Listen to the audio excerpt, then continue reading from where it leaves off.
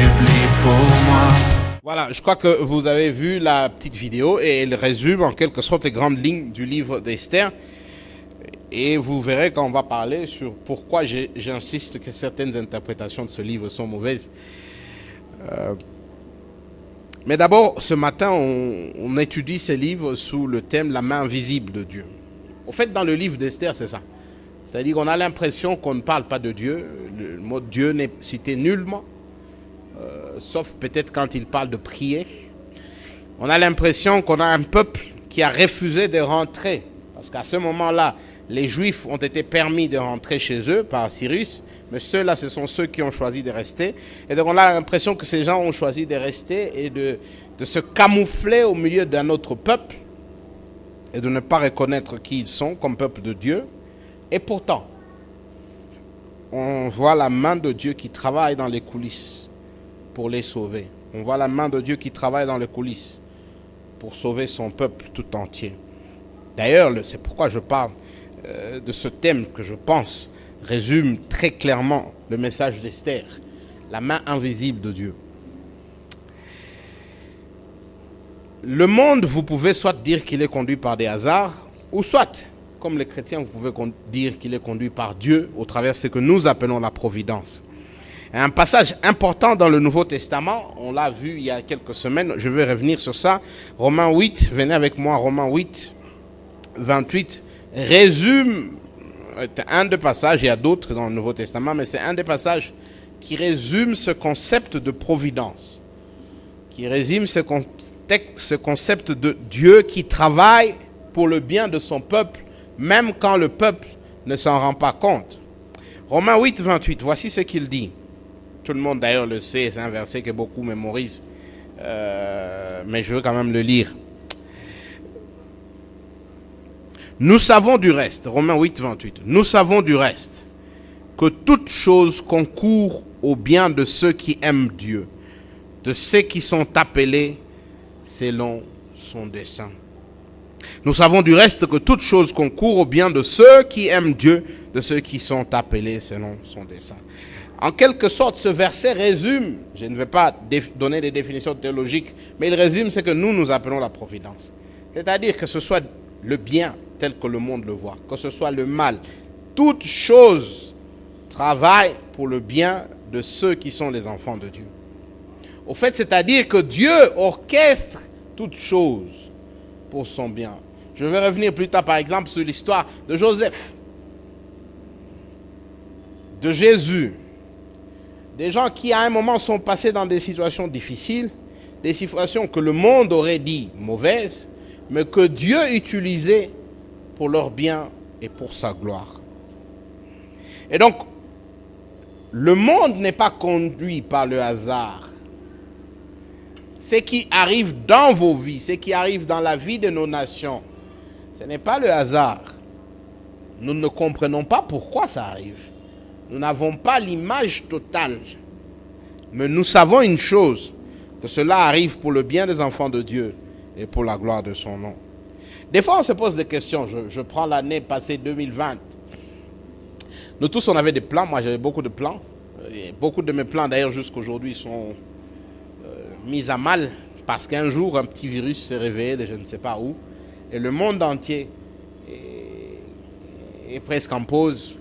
Et malheureusement, même pour vous, pour rentrer ici, vous devez porter des tissus là sur les visages et ainsi de suite. Pour beaucoup des hommes d'affaires, les choses ont changé. Pour beaucoup des églises, les choses ont changé, ainsi de suite. Nous avons d'ailleurs le privilège, nous sommes en train de nous réunir. Il y a des endroits où on ne peut pas réunir un groupe aussi large que le nôtre. Et la question c'est, ok, mais maintenant Dieu il fait quoi? Maintenant Dieu il est où dans tout ça? Et le chrétien il dit, je ne sais pas. Mais je sais que tout ça, c'est pour mon bien et c'est pour sa gloire. Pourquoi? Parce que je comprends le principe de la providence. Je comprends que Dieu travaille même quand je ne vois pas. Je ne dis pas que c'est le hasard. Je dis que c'est Dieu. Et il sait ce qu'il fait. Les 2 premiers chapitres d'Esther nous montrent la providence, la main invisible de Dieu. Si vous connaissez toute l'histoire, après vous vous dites, ah, c'est pourquoi ces choses se sont passées. Mais quand vous ne comprenez pas toute l'histoire, vous vous réfugiez en quoi? Vous vous dites, Dieu sait ce qu'il y a. Qui savait qu'une femme puissante allait, dans un moment de colère, désobéir à son mari? Et que cela serait la voie que Dieu utiliserait pour prendre une petite orpheline et en faire sa reine.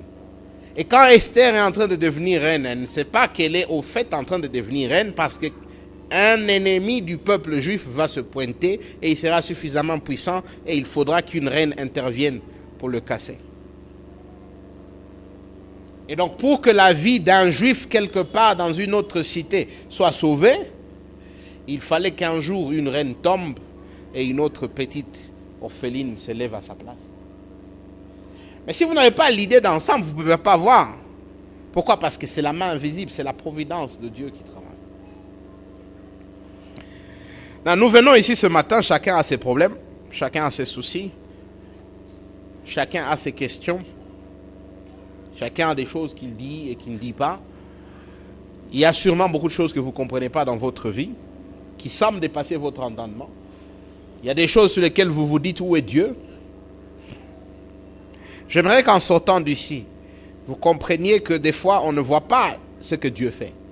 Que vous compreniez ce qu'on dit un peu plus tôt dans la Bible, que les voies de Dieu sont insondables.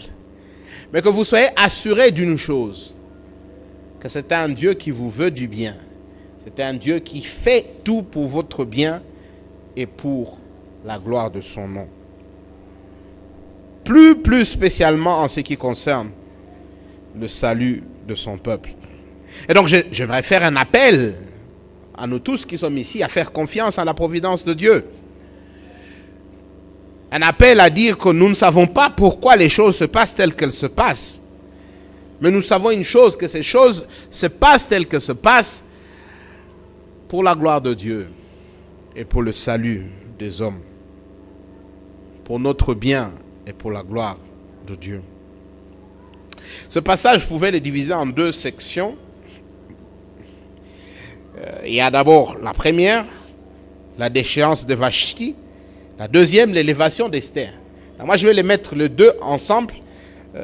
Et donc, nous allons parler. Le premier point, nous aurons 2 points aujourd'hui, pas 3. 2 points. Le premier, c'est 2 reines et 2 histoires.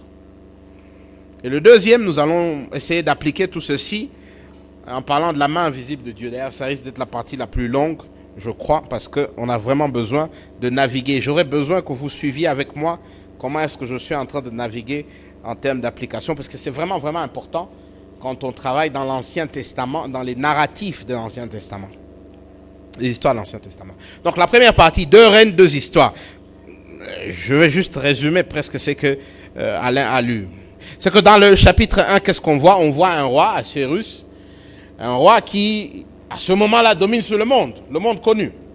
C'est un roi puissant, qui a beaucoup de vassaux, qui a beaucoup d'argent, et donc qui décide de montrer sa splendeur, qui décide un peu de montrer sa force.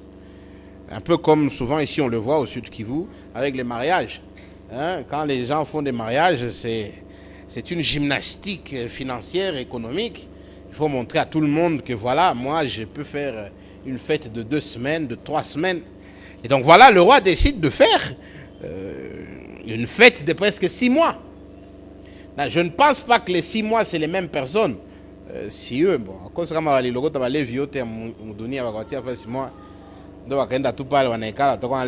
c'est aussi possible. Mais je suspecte qu'il a tellement un grand royaume que chaque semaine, il y a les groupes de ce royaume qui viennent et ils fêtent, le groupe de ce royaume qui viennent et ils fêtent, de cette région et ils fêtent, ainsi de suite. Mais c'était un grand fête, c'était une grande fête, très très très grande fête. Et quand vous lisez, on vous dit les types de choses qu'on servait, des millions qu'on a dépensés. De l'autre côté, il ne fête pas seul, lui il entretient les hommes, mais sa femme, la reine, Vashti, elle aussi entretient les autres femmes. Grande fête, grande réjouissance. C'est désolant. Parce qu'évidemment, comme on l'a vu dans la petite vidéo, des fêtes comme ça, c'est des livrogneries, c'est de l'abus de la nourriture, ainsi de suite. Mais le grand roi qui veut montrer à tout le monde qu'il est grand roi, certes, a une toute petite épine. Un jour, dans son ivresse, il appelle sa femme et il veut montrer aux gens, écoutez, vous voyez, je n'ai pas seulement les meilleures choses du monde, j'ai aussi la plus belle femme du monde. Est-ce qu'il était dans son droit de le faire? Je ne sais pas. Et il dit, allez appeler la reine. Et la reine, qu'est-ce qui se passe dans sa tête? Je ne sais pas. Est-ce qu'elle est fatiguée de ces 6 mois de fête? Elle se dit, ah man, moi j'en ai marre.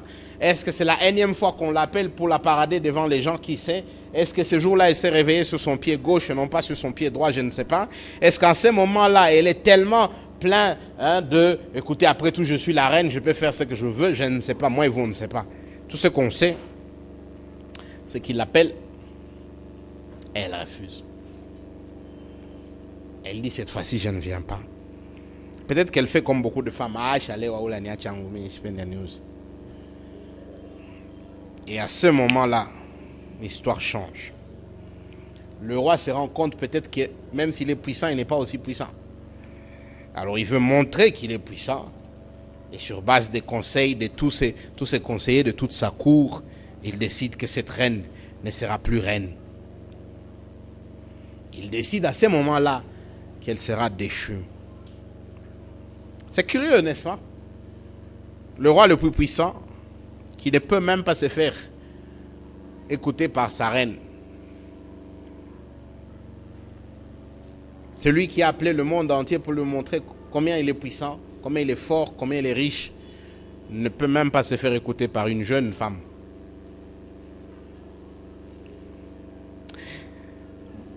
Mais la chute de Vashti devient l'opportunité d'Esther. Le chapitre 2, c'est pratiquement de ça qu'il s'agit, n'est-ce pas? Le roi, à un moment, il se rend compte que, écoutez, peut-être que l'alcool est passé, et il s'est dit, mais qu'est-ce que je fais? Bon, est-ce que je rentre encore demander pardon? Non, moi je suis roi, je ne demande pas pardon. Et les conseillers lui disent, si tu le fais, mon cher, ton coup fait ses votes. Alors qu'est-ce qu'on fait? Non, on choisit une autre, après tout, tu es le roi, non? Choisis une autre. Et donc on fait une loi et on demande à toutes les jeunes filles de se présenter. Et il y en a une. Verset 5, chapitre 2.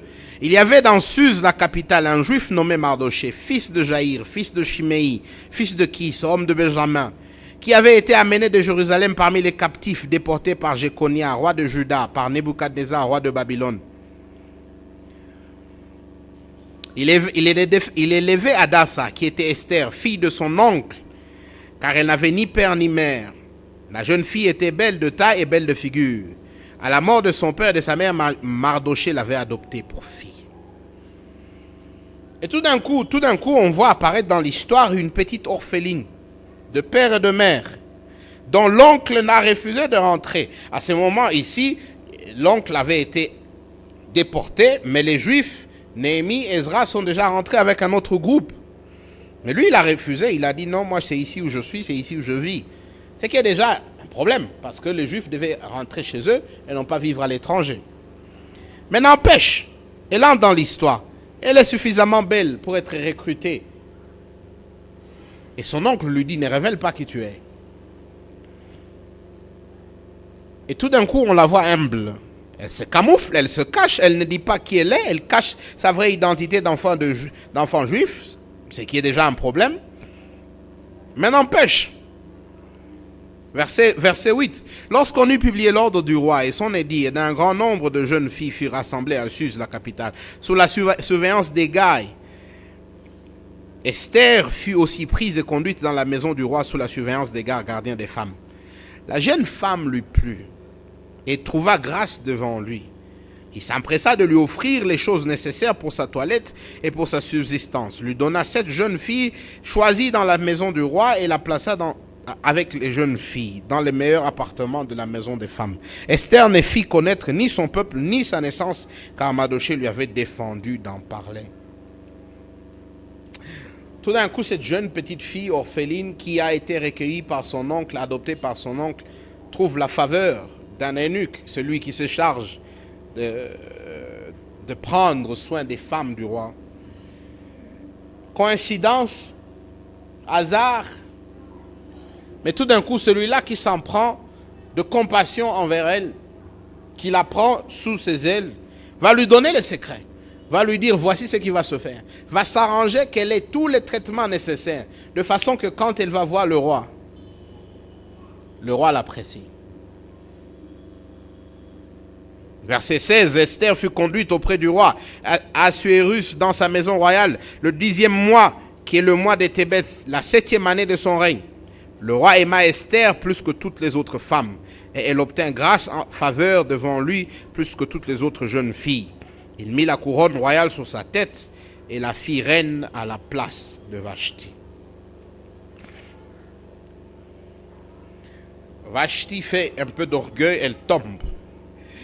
Esther se laisse conduire par son oncle, par son neveu, elle se laisse conduire par Hégai, et tout d'un coup elle devient la reine. Coïncidence? Peut-être. Certains vont dire que c'est toute une série de coïncidences. Mais si vous regardez l'histoire d'ensemble, il ne s'agit pas de coïncidence. Il s'agit ici de la main de Dieu. Il s'agit ici de Dieu qui est en train de préparer un canal pour sauver son peuple. Là, si vous ne connaissez pas toute l'histoire, évidemment, vous allez vous arrêter à penser qu'il s'agit des faveurs et des coïncidences. Mais si vous comprenez la providence de Dieu, vous savez qu'il n'y a pas de hasard. Deux reines, deux histoires. Une tombe pour que l'autre monte. Mais l'autre monte pourquoi? Parce qu'elle sera la source du salut du peuple. Et comment est-ce qu'on le sait? On le voit déjà dans le 2e chapitre. Verset 19. La seconde fois qu'on assembla les jeunes filles, on a l'impression que le roi, ce n'est pas que quand il a trouvé Esther, il s'est arrêté là, il a continué ses mauvaises habitudes, a constitué son harem. La seconde fois qu'on assembla les jeunes filles, Mardochée était assis à la porte du roi. Coïncidence ou hasard?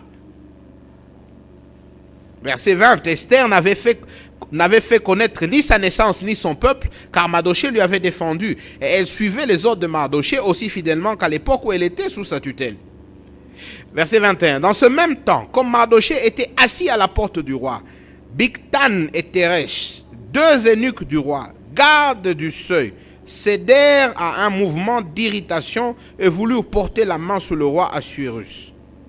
Mardochée eut connaissance de la chose et en informa la reine Esther, qui l'a redit au roi de la part de Mardochée.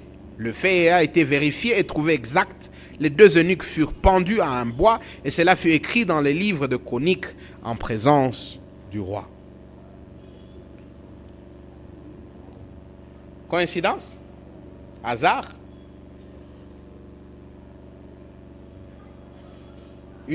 Un roi décide de faire une grande fête. Et puis tout d'un coup, sa reine refuse d'écouter ce qu'il dit.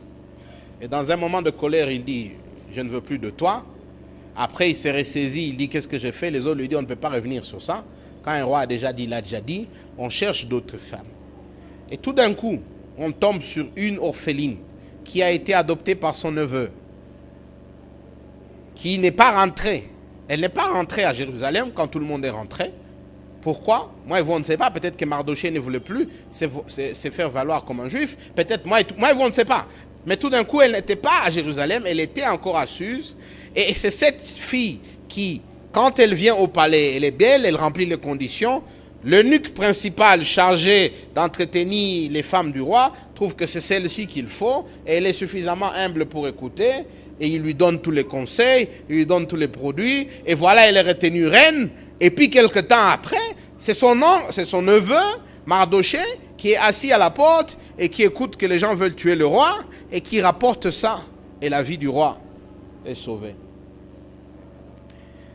Là, vous pouvez croire à des coïncidences, mais je crois que ça fait trop de coïncidences en même temps.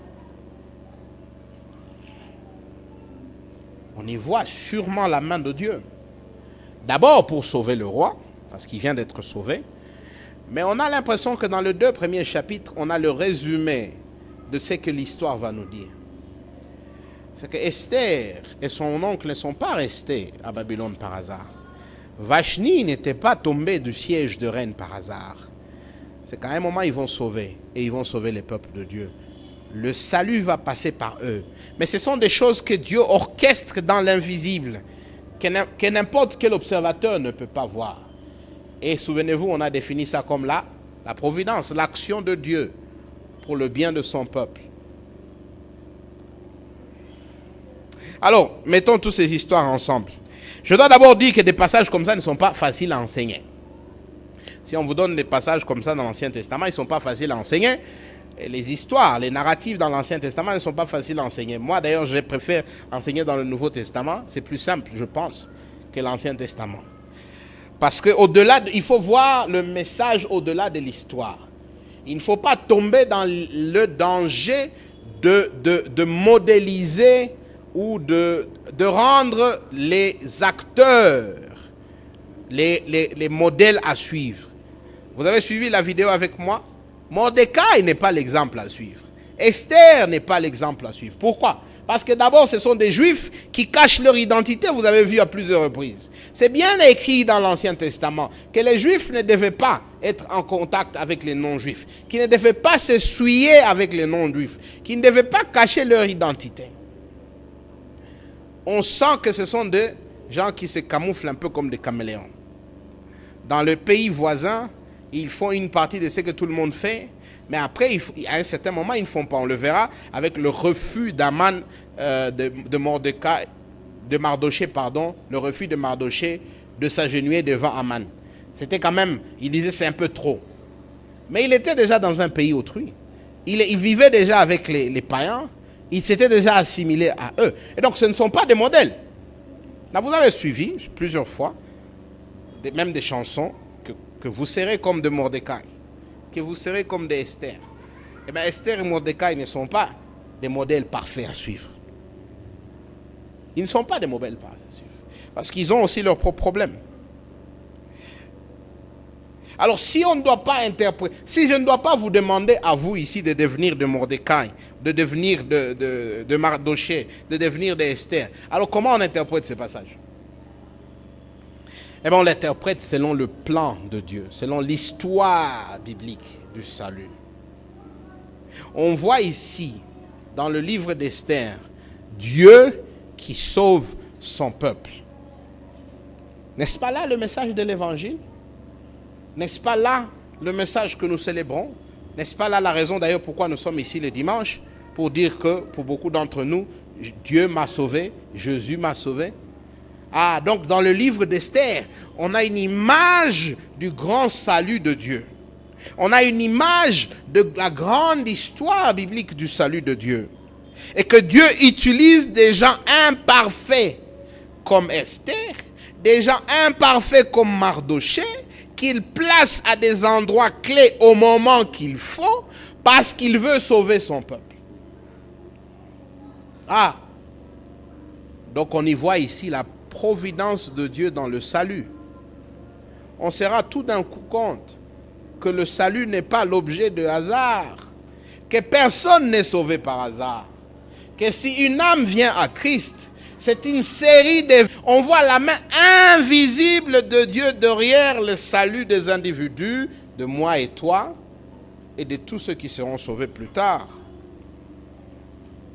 Et donc, si vous voulez interpréter Esther, commencez par Dieu. Il faut une interprétation théocentrique, centrée sur Dieu. Pas une interprétation centrée sur les hommes. Et on y comprend le grand message du salut. On y voit la grande main de Dieu. On voit Dieu qui vient sauver son peuple face au danger. Mais on voit Dieu qui utilise des gens qui ne sont pas dignes. Il utilise une Esther qui s'est déjà fondue dans la masse et qui a peur de déclarer qu'elle est enfant de Dieu. Il utilise un Mardoché qui se cache et qui d'ailleurs peut-être plus tard lui aussi cherche à devenir puissant. C'est ça le message de ces deux chapitres. Le message de ces deux chapitres, c'est pratiquement Dieu est en train de travailler pour sauver son peuple, même quand personne ne le voit pas. Dieu est en train de mettre chaque brique à sa place, chaque puzzle à sa place pour préparer le salut. Il y a des choses que souvent, moi et vous, on ne comprend pas.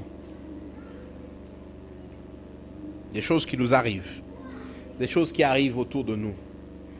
Mais moi et vous, on peut affronter ces choses avec la ferme conviction que je ne comprends pas ce qu'il y a. Je ne sais pas ce qui se passe, mais Dieu sait.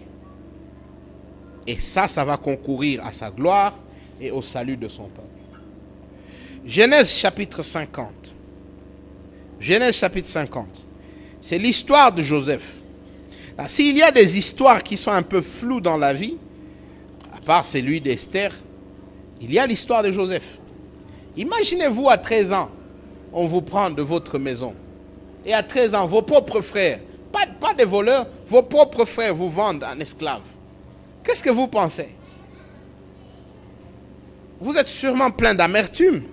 Vous êtes sûrement plein de colère. Et on vous vend, vous devenez un esclave. Et un esclave, c'est pire, hein? C'est pire qu'un domestique.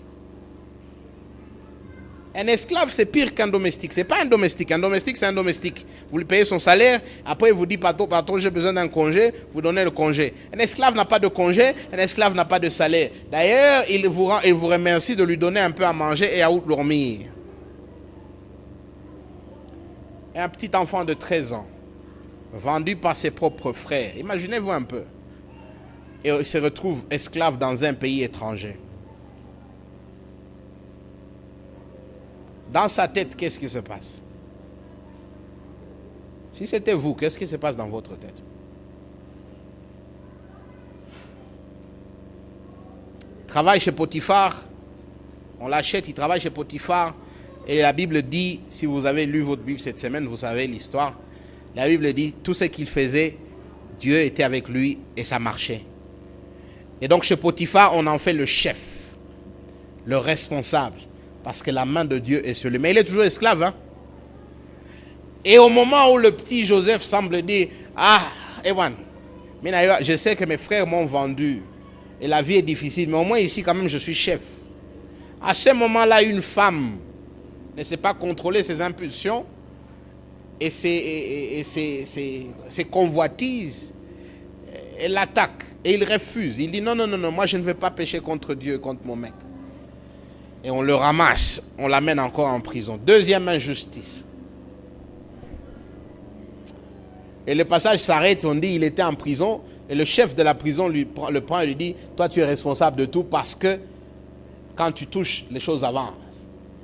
Même en prison, et quand il touche, les choses avancent, il a les faveurs de Dieu. Mais il est en prison, il est vendu par ses frères, il est injustement accusé et mis en prison. Si c'était vous, comment vous vous sentez? Quel est le sentiment en vous?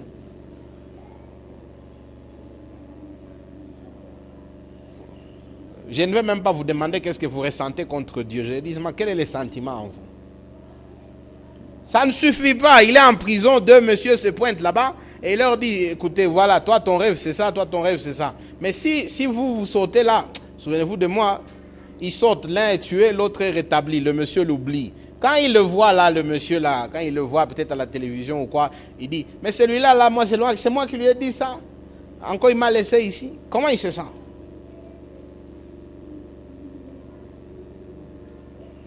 Et puis tout d'un coup, Dieu change l'histoire. Bam! Un jour, le roi a un problème, il a des rêves, il ne sait pas dormir, des cauchemars, il ne sait pas interpréter ses rêves. Ah, un monsieur se rappelle, c'est vrai, il y a un monsieur qui sait résoudre ça. Alors il va chercher Joseph et Joseph résout ce problème, cette énigme. Et Joseph devient la deuxième personnalité la plus forte de toute l'Égypte.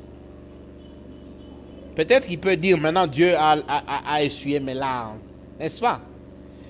Et c'est bon, aussi longtemps que tu ne vois pas tes frères. Et tout d'un coup, bam, tu es assis là sur ta chaise là comme ça. Et tu vois ces gens-là qui étaient source de ton malheur qui viennent. Ils sont un peu plus vieux, mais tu les voilà qui viennent là. Et il s'agenouille là, il dit on vient acheter du blé. Tu fais quoi? Qu'est-ce que tu fais? Voici ce que Joseph dit. Genèse 50, verset 20. Voici ce qu'il dit. Vous aviez... Je commence verset 19. Joseph leur dit, soyez sans crainte. Car suis-je à la place de Dieu? Vous avez médité de me faire du mal. Dieu l'a changé en bien pour accomplir ce qui arrive aujourd'hui, pour sauver la vie à un peuple nombreux. Soyez donc sans crainte, je vous entretiendrai, vous et vos enfants. Et il les consola en parlant à leur cœur. Qu'est-ce que vous diriez? Si c'était vous, Joseph, dans les pieds de Joseph, vous avez déjà enduré tout ça.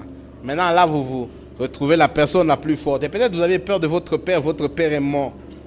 Si c'est vous, là, vous dites quoi? Moutaski asas. Imiakaote, Moutaski. Mais pourquoi Joseph réagit différemment?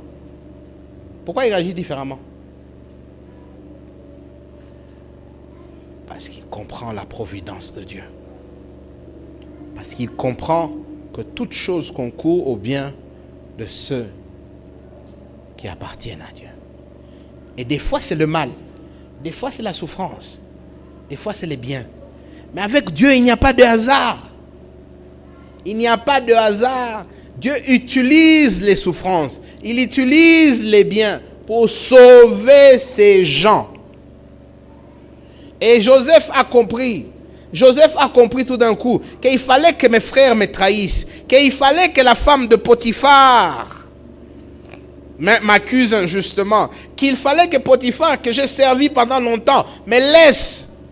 Il fallait que dans la prison, ce monsieur-là ne vienne pas me faire sortir, n'use pas de son influence comme un attaché du roi pour me sortir de la prison, pour qu'enfin je sois au moment qu'il faut, que Dieu a prévu pour que j'interprète les rêves du roi, que je devienne la deuxième personnalité du royaume et afin que je sauve mon peuple. Mais il fallait que je passe dans ça. S'il n'avait pas compris la providence, il n'aurait jamais pardonné.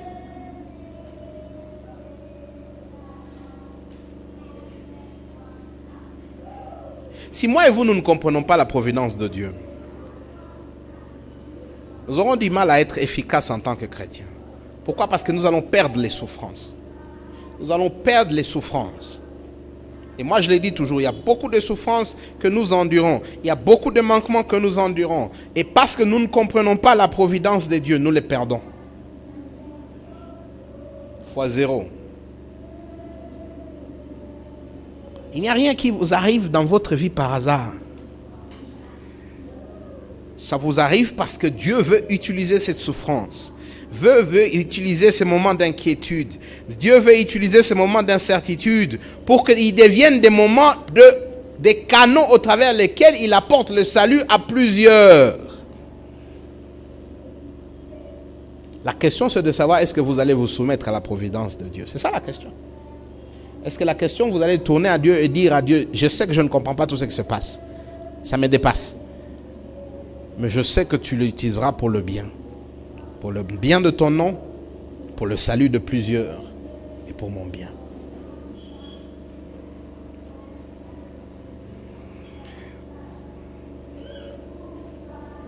C'est ça l'histoire d'Esther. Et nous allons continuer à le suivre. Mais l'histoire d'Esther, c'est que Dieu est en train de travailler, il est à l'œuvre d'une manière invisible, utilisant nos souffrances, nos peines, nos joies, nos faiblesses, nos forces, nos péchés, nos manquements pour sauver des gens.